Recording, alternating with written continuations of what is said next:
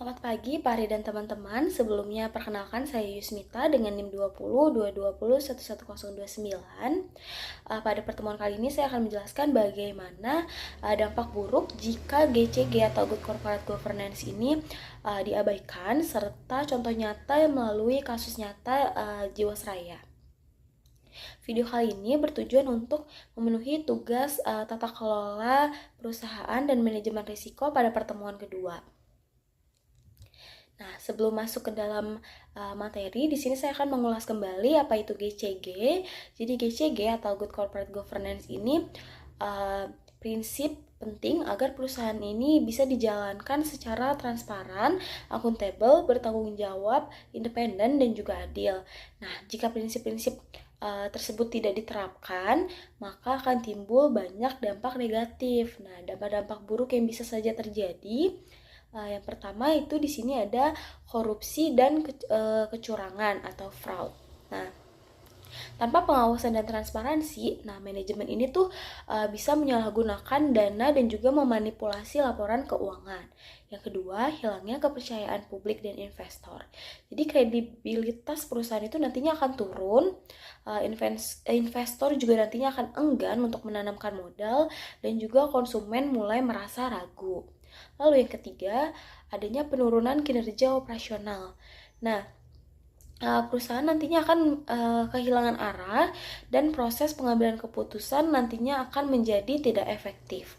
Lalu yang keempat, adanya krisis keuangan dan juga gagal bayar. Nah, jika kondisi keuangannya disembunyikan, nantinya perusahaan bisa tiba-tiba tidak sanggup membayar utang atau kewajiban. Lalu yang kelima, ada harga sahamnya ini anjlok dan nilai perusahaannya tuh menurun.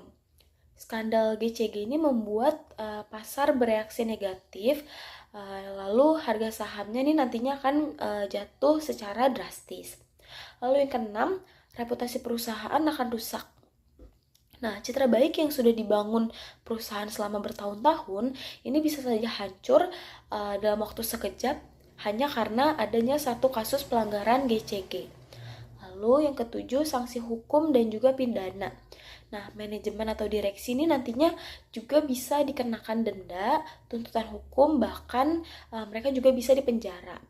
Lalu yang terakhir, kebangkrutan. Jika krisis tersebut tidak ditangani dengan tepat dan benar dan juga cepat, perusahaan nanti akan bisa ditutup secara paksa dan tidak bisa diselamatkan lagi. Selanjutnya di sini ada kasus nyata pelanggaran GCG. Di sini saya mengambil PT Asuransi Jiwasraya sebagai contoh saya yang mengalami gagal bayar sebesar 16,8 triliun. Dengan kronologi, yang pertama nih Jiwasraya menjual produk asuransi bernama GS Saving Plan yang menjanjikan imbal hasil yang tinggi bahkan hingga mencapai 9% per tahunnya. Nah, untuk memenuhi janji return yang tinggi itu, dana nasabah malah diinvestasikan ke saham gorengan dan reksadana berisiko tinggi, bukan ke instrumen investasi yang sudah jelas aman. Lalu, laporan keuangan mereka juga dimanipulasi agar terlihat sehat, padahal kondisi aslinya tuh sudah masuk ke dalam status yang kritis. Lalu, tidak ada pengawasan internal yang memadai sehingga praktik buruk ini bisa terus berlangsung. Nah, pada tahun 2018, Jiwasraya ini mulai mengalami gagal bayar klaim kepada nasabah.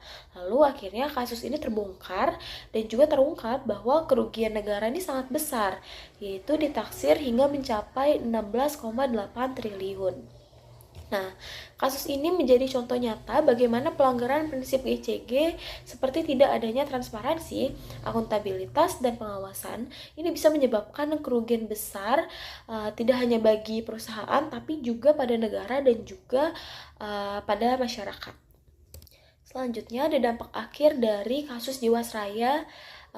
Yang pertama, negara ini menanggung kerugian sebesar 16,8 triliun. Jadi dana nasabah yang dikelola secara tidak bertanggung jawab akhirnya menjadi beban negara. Yang kedua, direksi Jiwasraya ini dihukum oleh negara. Pimpinan perusahaan ini terbukti melakukan penyalahgunaan wewenang dan juga memanipulasi laporan keuangan, lalu mereka dijatuhi hukuman pidana. Lalu negara harus bail out melalui pembekuan EFG Life. Jadi pemerintah ini membentuk perusahaan baru atau EFG Life untuk menyelamatkan polis nasabah dan menjaga stabilitas sektor keuangan. Lalu citra BUMN juga menjadi rusak. Nah, kasus ini membuat masyarakat meragukan profesionalismenya dan integritas dari perusahaan milik negara. Lalu yang kelima, kepercayaan masyarakat menjadi turun drastis. Banyak masyarakat yang kehilangan rasa aman terhadap produk asuransi dan juga investasi.